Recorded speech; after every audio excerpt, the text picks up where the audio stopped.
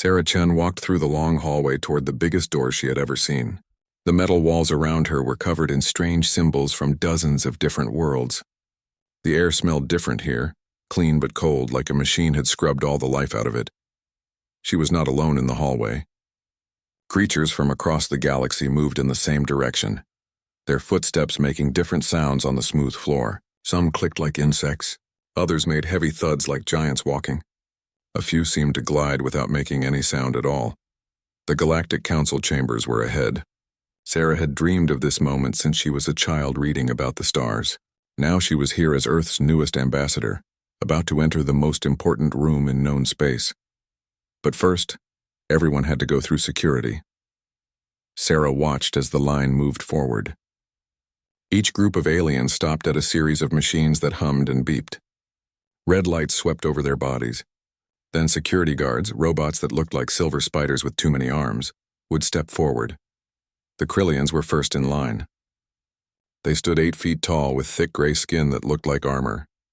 Their leader carried a weapon that was taller than Sarah. The plasma rifle glowed with blue energy and made a soft whining sound. The spider robots extended their arms, and the Krillian handed over his weapon with obvious reluctance. His soldiers did the same, placing rifles, grenades, and blade weapons into collection bins. Next came the Zephyrians. They looked like huge praying mantises with silver carapaces, but their weapons were alive. Pulsing pods attached to their arms writhed and changed color. Bioweapons, Sarah remembered from her briefing. The Zephyrians detached the living weapons, which continued to move even after being placed in special containment units. The Etherians floated forward next. They were tall and thin, almost see-through like walking glass sculptures.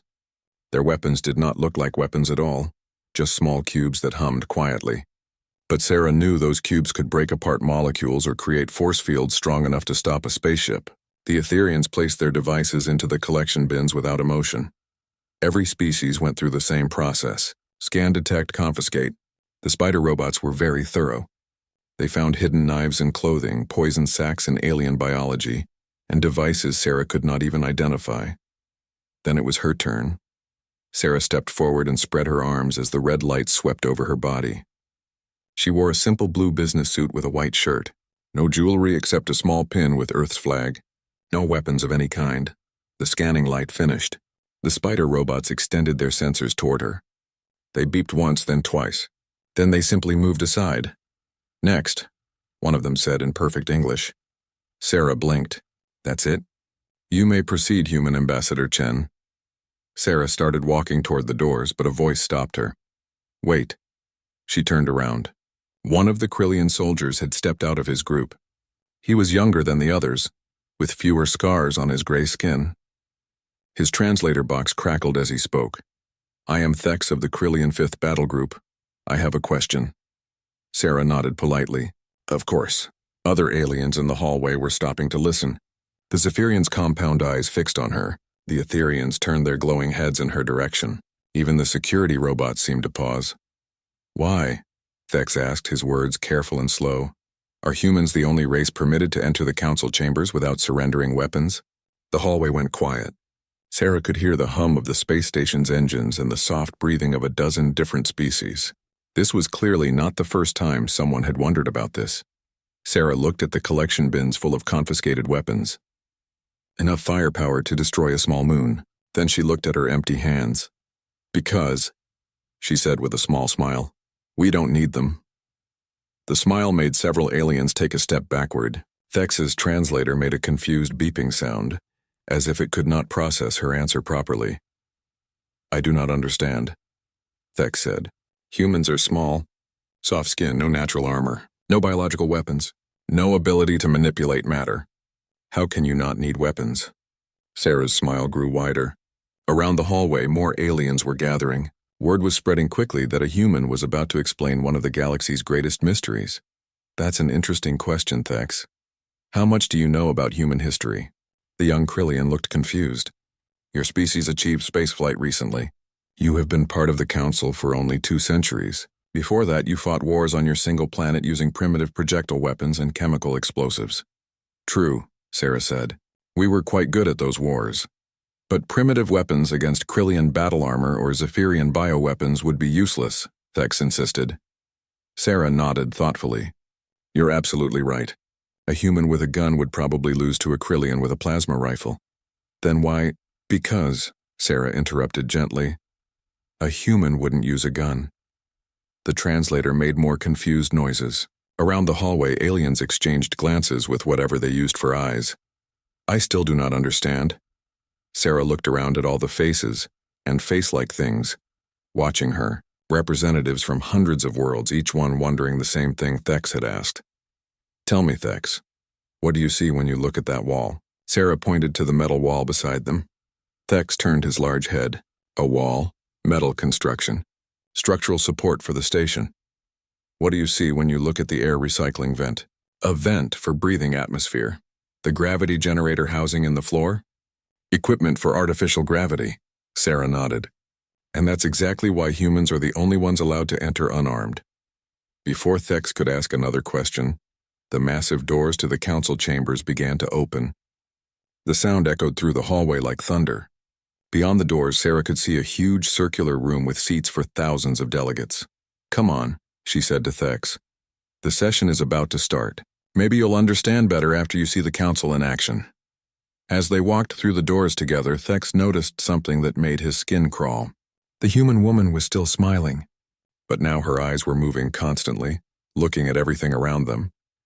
The ceiling supports, the lighting systems, the emergency exits, the other delegates. She was studying the room like a predator studies prey. For the first time since joining the diplomatic corps, Thex began to understand why so many species feared humans. It was not because they were strong or had powerful weapons. It was because they looked at the entire universe as if it was something that could be taken apart and put back together in whatever way they chose, and the most frightening part was that they were usually right as they took their seats in the vast chamber. Thex made a mental note to research human military history more carefully. Something told him there were lessons there that his people had never properly learned. The session began with the usual ceremonies. But Thex found himself watching the human ambassador instead of paying attention to the speeches. She sat quietly, her hands folded in her lap, looking perfectly harmless. But her eyes never stopped moving, and she never stopped smiling. 200 years earlier, Captain Maria Rodriguez floated in the command chair of the exploration vessel Endeavour. Through the main view screen, she watched stars that no human had ever seen before. Earth was 60 light-years behind them, and they were truly alone in the vastness of space. Captain, called Lieutenant Zhang from the sensor station, I'm picking up something on long-range scanners. It's big. Maria straightened in her chair. How big? About 3 times our size. Unknown configuration. It's moving toward us. The bridge crew exchanged nervous glances. This was humanity's first deep space mission, and they all knew they might encounter other intelligent life. But knowing something in theory and facing it in practice were very different things. Put it on screen, Maria ordered. The view screen flickered, and suddenly they were looking at a ship that made the Endeavour look like a toy. It was dark gray with sharp angles covered in what looked like armor plating. Weapon ports dotted its hull like black eyes. They're hailing us, Zhang reported. Open a channel. The screen changed again. Now Maria was looking at something that definitely was not human. The creature stood nearly 8 feet tall with thick gray skin that looked like natural armor. Its eyes were small and black, set deep in a skull that could probably crack steel. When it spoke, its voice was like gravel in a cement mixer. Unknown vessel. I am Commander Vrak of the Vraxian Empire. You will surrender immediately and prepare to be boarded. Maria kept her face calm even though her heart was racing. This is Captain Rodriguez of the Earthship Endeavour. We're explorers, not warriors. Perhaps we can talk about this. Vrak's laugh sounded like rocks falling down a mountain. Talk, you are in Vraxian space. Your ship is small and weak. Your species is unknown and therefore worthless. You will surrender or be destroyed. I see. Maria glanced at her crew. They were all looking at her, waiting for orders. 30 humans against what looked like a ship full of natural-born killers. And if we surrender, your world will become a vassal state of the Vraxian Empire. Your people will serve us as workers and soldiers. It is a great honor. Maria nodded thoughtfully. That's quite an offer. Can I have a moment to discuss this with my crew? Vrak's scarred face showed surprise. Most species either fought immediately or surrendered in terror. This human seemed to be treating the situation like a business meeting. "You have 5 minutes," Vrak said. "Then we board your ship whether you agree or not." The screen went dark. Maria turned to her crew. "Well, people, thoughts?" Chief Engineer Patel spoke first. "Captain, their ship is 3 times our size, but I'm reading some interesting things about their power distribution. Very inefficient. Lots of redundant systems. Weapons?" Maria asked. "Powerful but crude," said Weapons Officer Kim. "Directed energy weapons, but they seem to be designed for overwhelming force rather than precision." "Security analysis?" Maria looked at Lieutenant Torres, their security chief. "Classic warrior culture patterns," Torres said. "They'll board us expecting hand-to-hand combat. Probably in large groups. Their armor looks heavy. Good protection but limited mobility." Maria smiled. It was not a pleasant smile. "Dr. Yamamoto, how much do we know about their biology?" The ship's doctor checked her scanner readings. "Robust physical structure, but I'm seeing some interesting vulnerabilities. Their inner ear structure suggests they might be sensitive to certain sound frequencies, and their electromagnetic field patterns indicate their nervous systems could be susceptible to interference." "Interesting." Maria's smile grew wider. "Mr. Zhang, can you map their ship's internal structure?" "Already working on it, Captain. I've got basic layouts of their corridors and major systems." Maria stood up and walked to the center of the bridge. "All right, people. Here's what we're going to do." 20 minutes later, Vrak and his boarding party of 200 Vraxian warriors forced their way onto the Endeavor. They expected to find a crew of terrified aliens cowering in their command center. Instead, they found an empty ship. "Spread out," Vrak ordered. "Find them. They cannot hide on their own vessel." The Vraxians moved through the corridors in groups of 10, their heavy boots echoing on the metal floors. They carried energy weapons and wore thick armor that had served them well in countless battles across the galaxy. But this was not like other battles. The first group to reach engineering found the room filled with a strange humming sound. The frequency was precisely tuned to disrupt Vraxian inner ear balance. Within minutes, the mighty warriors were stumbling around like drunks, unable to coordinate their movements. The second group discovered that the ship's lighting system had been modified. The corridors now pulsed with patterns that triggered seizure-like responses in Vraxian brain chemistry. They collapsed before they could even raise their weapons. The third group made it to the armory, only to find that the weapons had been disassembled and the parts rearranged into something else entirely. The humans had turned plasma rifles into communication jammers, energy grenades into electromagnetic pulse devices, and armor plating into improvised shields. Group after group fell to traps that seemed impossible. The artificial gravity would shift suddenly, sending warriors flying into walls. Corridor sections would be filled with a gas that was harmless to humans, but acted like a powerful sedative on Vraxian physiology.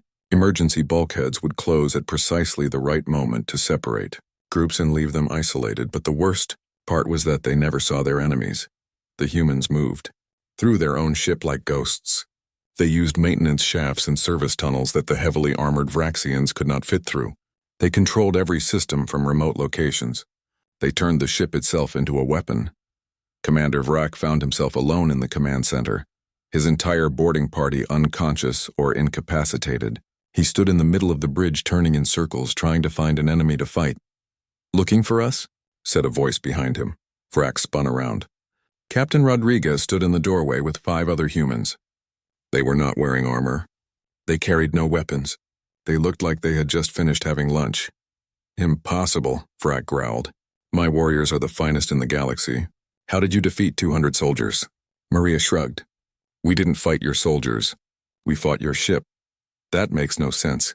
Your warriors are trained to fight other warriors, but we turned this into a different kind of battle entirely. We made your strengths into weaknesses." Vrak raised his energy weapon, but before he could fire, the weapon simply stopped working.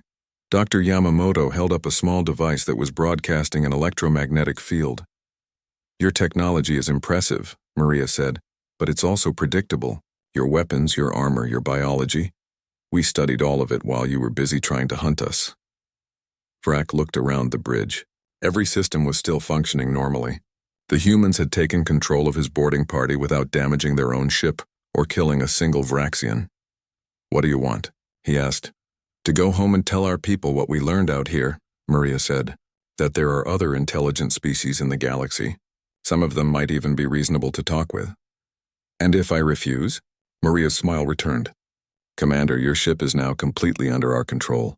Your warriors are alive but neutralized. Your weapon systems are offline. Your engines are locked down. Right now, you're not really in a position to refuse anything.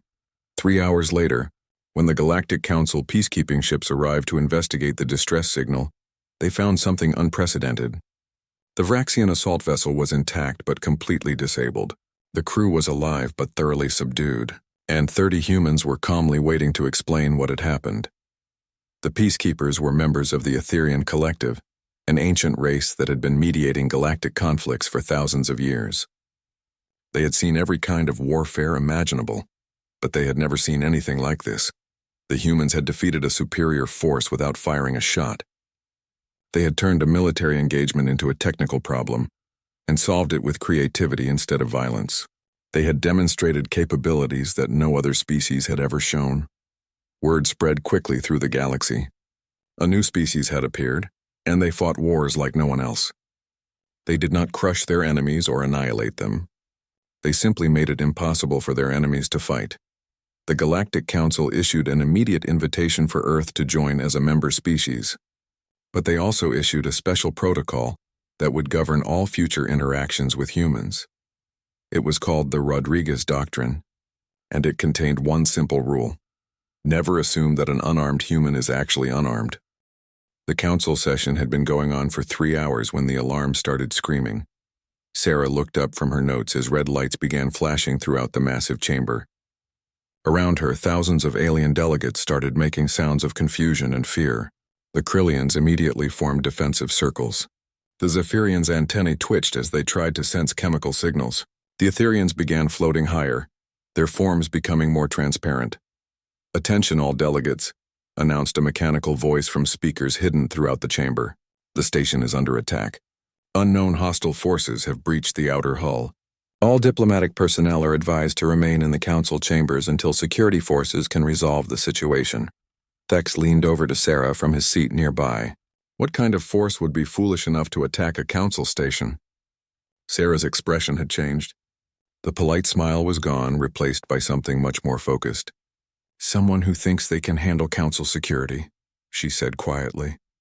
Through the chamber's massive windows, they could see flashes of light as weapons fire lit up the space around the station. Ships moved in the darkness, sleek angular vessels that Sarah did not recognize. "Those are Scar hegemony ships," said an Etherian delegate nearby. Her voice sounded like wind chimes in a breeze. "But they were banned from council space decades ago." The mechanical voice spoke again. "Update. Hostile boarding parties have entered sections 7 through 12. All security forces are responding. Delegates are advised that the chambers are protected by energy barriers and military-grade defensive systems." As if summoned by those words, the sounds of battle began echoing through the corridors outside the chamber. Energy weapons discharged with sharp crackling sounds. Heavy footsteps ran past in the hallways. Something large crashed into a wall hard enough to shake the floor. Sarah stood up and adjusted her suit jacket. "Where are you going?" Thex asked, his translator crackling with interference from the battle outside. "To handle this," Sarah said calmly. "Handle what?" "The station has thousands of security troops, military-grade defensive systems, energy barriers. What could you possibly do that they cannot?" Sarah looked at him with that unsettling smile again. "Maybe nothing. But I should probably go check." She walked toward the chamber doors as if she was going to the cafeteria for lunch. Around her, alien delegates watched in confusion and growing alarm. "Human ambassador," called the Etherian delegate. "The barriers are designed to keep us safe. If you leave the chamber, you will be in great danger." "I'll be careful," Sarah said. The energy barriers hummed and parted to let her through. As the massive doors slid open, the sounds of combat became much louder. Sarah stepped into the corridor beyond. The hallway looked like a war zone. Burn marks scarred the walls where energy weapons had missed their targets. Emergency lighting cast everything in a red glow. The air smelled of ozone and melted metal, and coming down the corridor toward her were 3 of the largest creatures Sarah had ever seen. The Scar. Berserkers stood 12 feet tall and looked like someone had crossed a gorilla with a tank. Their gray skin was covered with cybernetic implants that pulsed with blue light. Mechanical arms extended from their backs, each one carrying a different weapon. Their eyes glowed red behind metal masks that covered half their faces. Behind them, scattered across the floor, lay the remains of the station's security forces. The spider robots had been torn apart. The energy barriers had been smashed through like paper. Even the heavy combat drones were just smoking wreckage. The lead berserker saw Sarah and stopped walking. Its head tilted to one side as if it could not believe what it was seeing. "Human," it said in a voice like grinding gears. "You are small, weak, no armor, no weapons. Why do you not run?" Sarah studied the three massive creatures for a moment. Her eyes moved over their cybernetic implants, their weapons, their posture. She seemed to be calculating something. "Because running would be rude," she said finally. "You're guests on this station, after all." The berserker's laugh sounded like a machine breaking. "Guests, we are conquerors. We have come to claim this station for the Scar hegemony. Your council will bow before us or be destroyed." "I see." Sarah nodded thoughtfully. "And how's that working out for you so far?" Before the berserker could answer, Sarah moved. She did not run toward them or away from them. Instead, she stepped to the side and placed her hand on a wall panel. The panel sparked and went dark. "What are you doing?" the berserker demanded. "Just making a small adjustment," Sarah said. The corridor's artificial gravity suddenly shifted. Instead of pulling toward the floor, it began pulling toward the left wall. The three berserkers, each weighing nearly a ton with their cybernetic enhancements, crashed into the wall with tremendous force. Sarah, who had braced herself against the opposite wall, rode out the gravity shift without difficulty. "How did you—" the lead berserker started to say, but Sarah was already moving again. She pulled a fire extinguisher from its housing and threw it at the ceiling. The container burst, filling the corridor with thick foam. But this was not ordinary fire suppressant. Sarah had triggered the emergency chemical system, which released a compound designed to neutralize energy weapon discharges. The berserkers' weapons began sparking and shutting down as the foam interfered with their power. "Systems? Impossible," growled the second berserker, trying to clear the foam from his optical sensors. "Not impossible," Sarah said, pulling cables from a damaged wall panel. "Just inconvenient." She connected the cables to a maintenance port, and suddenly the corridor's electromagnetic field began fluctuating wildly. The berserkers' cybernetic implants, designed to enhance their strength and speed, began malfunctioning. Motor controls misfired, sensory systems overloaded, neural interfaces crashed and restarted repeatedly. The third berserker managed to stand up, fighting against both the shifted gravity and his malfunctioning implants. He raised a massive fist to crush the small human who had somehow turned their invasion into a technical nightmare. Sarah looked at him calmly. "Do you know what the most dangerous thing about humans is?" The berserker paused, confused by the question. "It's not our technology or our weapons or our physical abilities," Sarah continued. "It's that we look at everything, absolutely everything, as a system that can be understood, modified, and controlled." She pointed to the ceiling above them. "See that structural beam? It's designed to support exactly 2.3 times the normal load of this corridor. Right now, with the gravity field shifted and 3 berserkers weighing down this section, we're at about 2.2 times normal load." The berserker looked up at the beam, then back at Sarah. "One small vibration," Sarah said, placing her hand on a resonance generator built into the wall for testing purposes, "and this entire section of corridor will experience structural failure. You would kill yourself as well," the berserker said. Sarah smiled. "Would I?" She activated the resonance generator. The beam above them began to vibrate. Stress cracks appeared in the metal. The berserker looked up in alarm as the ceiling started to buckle, but Sarah was already gone. While the berserker had been watching the beam, she had slipped into a maintenance shaft that was too small for the massive creatures to follow. The ceiling collapsed, trapping all 3 berserkers under tons of debris. They were not dead. Their enhanced physiology could survive the impact, but they were completely immobilized. From speakers throughout the corridor, Sarah's voice echoed with perfect clarity. "Attention, Scar Forces. This is Human Ambassador Sarah Chen. Your advance team has been neutralized using standard human diplomatic protocols. You have 2 options. You can surrender immediately and allow us to discuss this situation like civilized beings, or you can continue your attack and discover what non-standard protocols look like." In the council chambers, thousands of alien delegates listened to the announcement in stunned silence. Through the windows, they could see the Scar ships hesitating in their attack patterns. Thex turned to the Etherean delegate beside him. Did she just defeat 3 Scar Berserkers using a fire extinguisher and a gravity generator? The Etherean's form flickered with uncertainty. I believe she turned the station itself into a weapon. How is that possible? The Etherean was quiet for a long moment. I think, she said finally, we are about to find out. Sarah crawled through the maintenance tunnel as alarms continued to wail throughout the station. The space was barely wide enough for her shoulders, but she moved through it like she had been born there. Behind her, she could hear the Scar Berserkers trying to dig themselves out of the collapsed corridor. She reached a junction and consulted a small device that showed the station's layout. More Scar forces were boarding in 3 different sections.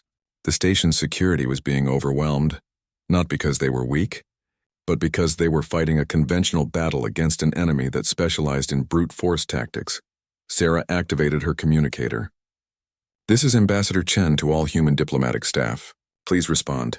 One by one, voices came through the device. Ambassador Williams from the Trade Negotiations, Dr. Park from the Science Council, Lieutenant Commander Torres, who was supposed to be retired, but had joined the diplomatic corps as a security advisor. 11 other humans scattered throughout the station. Status report, Sarah said calmly, as if she was asking about the weather. 12 Scar forces have boarded through the docking bay, Williams reported. I'm in Section 4. Local security is retreating. 15 more in Section 9, said Dr. Park. They're using some kind of sonic weapon that's disrupting the station's communication systems. Torres's voice was grim. At least 20 in Section 12. They've taken control of the main power distribution center. Sarah processed this information quickly. 47 Scar Berserkers, armed with military-grade weapons and cybernetic enhancements, were systematically taking over a space station defended by thousands of security troops and automated systems. All right, people, Sarah said. Standard protocols are clearly not working. Time to remind the galaxy why humans are good at solving problems. She emerged from the maintenance tunnel into a service corridor. Through a transparent aluminum window, she could see into Section 4 where Ambassador Williams was trapped. The Scar forces had cornered the local security team and were advancing with their sonic weapons. Sarah studied the scene for 30 seconds, then smiled. She found a control panel and began typing rapidly. The station's waste management system responded to her commands, redirecting sewage flow from the entire section into the corridors where the Scar forces were advancing. The massive aliens found themselves wading through knee-deep liquid waste. Their sonic weapons began malfunctioning as moisture interfered with their electronics. Their cybernetic implants, designed for combat efficiency, had no protocols for dealing with this kind of environmental hazard.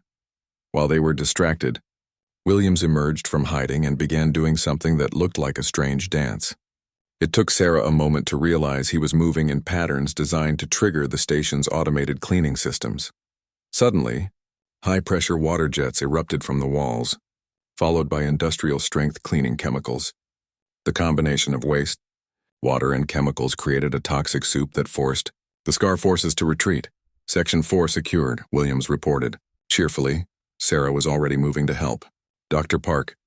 She reached Section 9 through another maintenance tunnel and found the scientists trapped in a laboratory, while Scar forces destroyed equipment with their sonic weapons. But Dr. Park was not cowering in fear.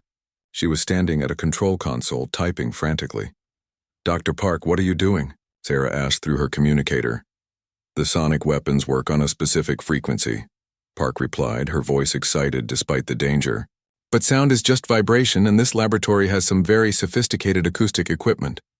Sarah watched through a window as Dr. Park activated the lab's sonic testing array. Instead of being destroyed by the Scar weapons, the equipment began analyzing and reproducing the exact frequency they were using. Then Park made a small adjustment.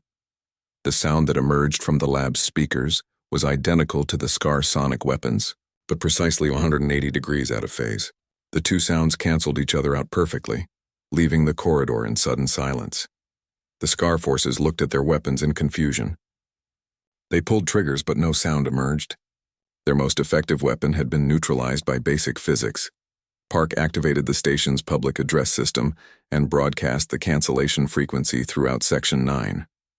Every Scar sonic weapon in the area became useless. Section 9 secured, Park announced. Sarah was already heading toward Section 12, where Torres was dealing with the largest group of Scar forces. But when she reached the area, she found that Torres had already solved the problem in his own unique way. The retired military officer had not tried to fight the berserkers directly. Instead, he had accessed the station's main computer and begun issuing false orders through the Scar communication system.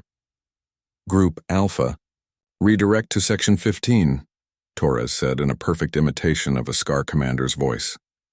Group Beta, fall back to defensive positions. Group Gamma, initiate retreat Protocol 7. The Scar forces, trained to follow orders without question, began moving exactly where Torres wanted them to go. He herded them through the station like a shepherd guiding sheep, using their own command structure against them. Some groups he sent to empty sections where they wandered around looking for enemies that did not exist. Others he directed into areas where the station's automated defenses were still functioning.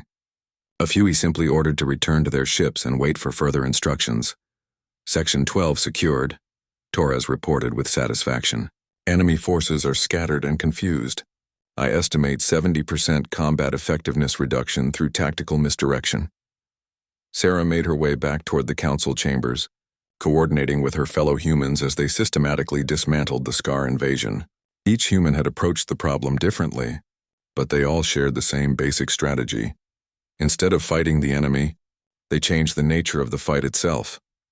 Ambassador Reed had turned the station's artificial gravity against the invaders, creating localized gravity wells that trapped them in place. Dr. Patel had overloaded the electromagnetic fields in key corridors, causing the Scar cybernetics to malfunction. Lieutenant Morrison had used the fire suppression system to fill entire sections with harmless but disorienting gas. None of them had fired a weapon. None of them had engaged in direct combat. They had simply looked at the situation as a technical problem and solved it using the tools available to them. When Sarah reached the council chambers, she found thousands of alien delegates watching the security monitors in amazement. The screen showed Scar berserkers stumbling through corridors filled with waste and cleaning chemicals, wandering lost through empty sections following false orders, or trapped in gravity fields and electromagnetic dead zones. How many Scar forces were neutralized? Asked the Etherean delegate. Sarah checked her communicator. All of them. 47 berserkers plus their command staff aboard the ships. 0 casualties on either side. The chamber fell silent. 0 casualties? Thex asked. But the Scar berserkers are the most feared warriors in the galaxy. They have cybernetic enhancements, military-grade weapons, tactical training. Yes, Sarah said. They're very good at fighting wars. Unfortunately for them, we don't fight wars. We solve problems. She gestured toward the monitors. Your security forces tried to stop the berserkers using superior firepower and defensive positions. A straightforward military approach. But humans learned a long time ago that the best way to win a fight is to make sure it's not the kind of fight your enemy knows how to have. On the screens, they could see the Scar ships beginning to retreat. Their invasion had failed completely, and they had no idea how to respond to tactics they had never encountered before. 12 humans defeated an entire Scar assault force, the Etherean delegate said, her voice filled with wonder and something that might have been fear. Sarah nodded. 12 humans who were supposed to be diplomats, scientists, and trade negotiators. None of us are soldiers. Then how? Because every human is trained from childhood to look at the world as a collection of systems that can be understood and modified, Sarah explained. We don't see a space station as a building. We see it as a machine with thousands of interconnected parts, any of which can be adjusted to produce the results we want. She pointed to the waste management display. Ambassador Williams saw a sanitation system and turned it into a chemical weapon. Dr. Park saw acoustic equipment and turned it into a defensive system. Torres saw a communication network and turned it into a command and control system. The delegates looked at each other nervously. If humans could turn a space station into a weapon using nothing but diplomats and scientists, what could they do with actual military personnel and purpose-built equipment? This is why, Sarah said quietly. Humans are the only species permitted to enter council chambers unarmed, because in the hands of a human nothing is ever truly unarmed. Sarah walked back into the council chambers as if she had just returned from a coffee break. Her blue suit was still perfectly clean. Her hair was still neat. She looked exactly the same as when she had left, except for a small scratch on her hand from crawling through the maintenance tunnels. The massive chamber was completely silent as she took her seat. Thousands of alien delegates stared at her with expressions that ranged from amazement to terror. Even the Etherians, who were normally impossible to read, were flickering with visible agitation. The silence stretched for nearly a minute. Finally, Thex stood up from his seat. His translator crackled as he tried to process thoughts that had no equivalent in Krillian language. "Human ambassador," he said slowly, "I need to understand what just happened." Sarah folded her hands in her lap and looked up at him politely. "The Scar invasion was stopped. Their forces have retreated. No one was seriously injured.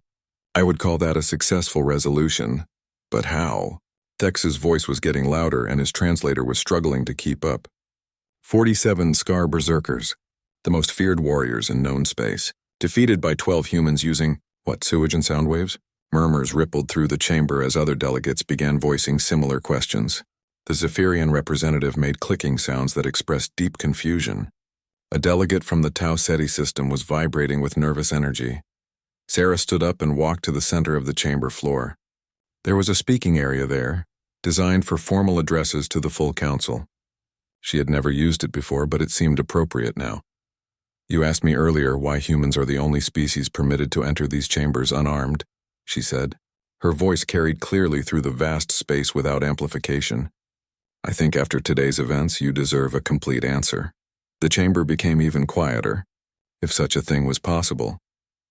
Every species in this chamber developed warfare in response to their specific evolutionary pressures, Sarah began. The Krillians evolved on a world with large predators and scarce resources. You learned to fight in organized groups using superior strength and armor. She turned to look at the Krillian delegation. Your natural advantages are impressive. Thick skin that serves as armor, dense bone structure, excellent coordination in combat situations. When you fight like warriors. Thex nodded slowly. This was accurate. The Zephyrians evolved on a world dominated by biological competition, Sarah continued, turning to face their delegation. You learned to create living weapons to modify your own biology, to turn life itself into a tool of war. When you fight like scientists. The lead Zephyrian's compound eyes tracked Sarah's movement with mechanical precision. The Etherians come from a world where matter itself was unstable, Sarah said. You learned to manipulate the fundamental forces of physics, to reshape reality according to your needs. When you fight like gods. The Etherian delegates' form shimmered with what might have been acknowledgement. Each of your species became very good at a particular kind of warfare, Sarah said. You developed weapons and tactics that played to your strengths. You learned to fight enemies that were similar to yourselves. She paused and looked around the chamber. But humans evolved on a world that was trying to kill us in every possible way. The statement, hung in the air like a challenge, Earth, was not dominated by any single type of threat, Sarah explained. We had large predators like the Krillian worlds, but also disease, poison, environmental disasters, ice ages, droughts, floods, volcanic eruptions, and 1,000 other dangers. We had no natural armor, no biological weapons, no ability to manipulate matter. She spread her arms wide. We were small, soft, slow, and weak. By all rights, we should have gone extinct within a few thousand years. But you did not, said the Etherian delegate, her voice like wind through crystal. No, we did not. Because we learned something that no other species has ever learned. We learned that everything in the universe is connected to everything else. And if you understand those connections, you can turn anything into a tool. Sarah gestured toward the ceiling. You see these chambers as a safe place for diplomacy. I see a collection of interconnected systems. Life support, power distribution, gravity generation, communication networks, structural supports, waste management, emergency protocols. Every system designed to work together in perfect harmony. She smiled. And several delegates moved nervously in their seats. Now, imagine what happens when someone who understands those connections decides to change how they work together. The chamber was completely silent now. Even the background hum of the station's system seemed to have faded. That's what happened today, Sarah said. The Scar Berserkers brought weapons designed to fight other warriors. They expected to meet resistance from security forces using standard military tactics. Instead, they found themselves fighting the station itself. She walked slowly around the speaking area, her voice carrying to every corner of the chamber. Ambassador Williams turned waste management into chemical warfare. Dr. Park turned acoustic research equipment into defensive systems. Torres turned communication networks into psychological warfare. Each of them looked at the tools available and found ways to use them that their creators never intended. But those were not weapons, protested a delegate from the Rigel system. Those were civilian systems designed for peaceful purposes. Sarah's smile grew wider. Exactly. That's the point. She stopped walking and faced the full assembly. You see weapons as objects specifically designed for fighting. Guns, swords, energy rifles, bioweapons, matter manipulators.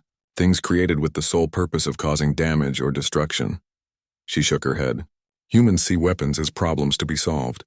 If I need to stop an enemy, what tools are available? If I need to break through a defense, what systems can I modify? If I need to control a situation, what connections can I exploit? She pointed to various objects around the chamber. That lighting system could be turned into a strobe weapon to disorient enemies. The gravity generators could create crushing forces or zero-gravity zones. The air recycling system could deliver any chemical compound I wanted throughout the station. The communication networks could be used for propaganda, misdirection, or psychological warfare.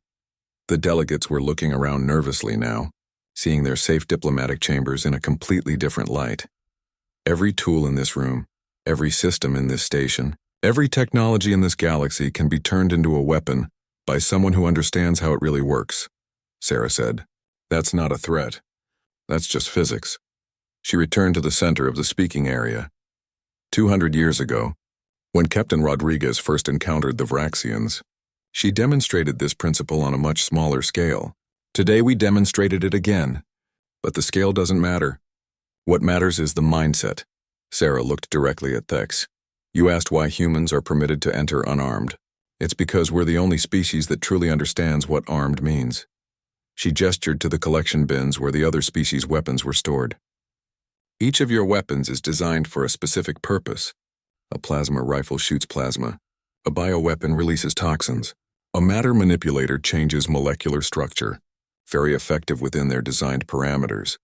But a human mind, she tapped her temple.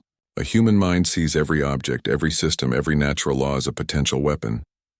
The air you breathe, the gravity that holds you in your seats, the light that lets you see, the sound that carries my voice, all of it is part of our arsenal. The chamber was dead silent. That's why we're the only ones allowed to enter unarmed, Sarah concluded, because in the hands of a human, nothing is ever truly unarmed. The Council learned this lesson 2 centuries ago, and they chose to acknowledge reality rather than pretend it doesn't exist. She walked back toward her seat, then paused and turned around one more time.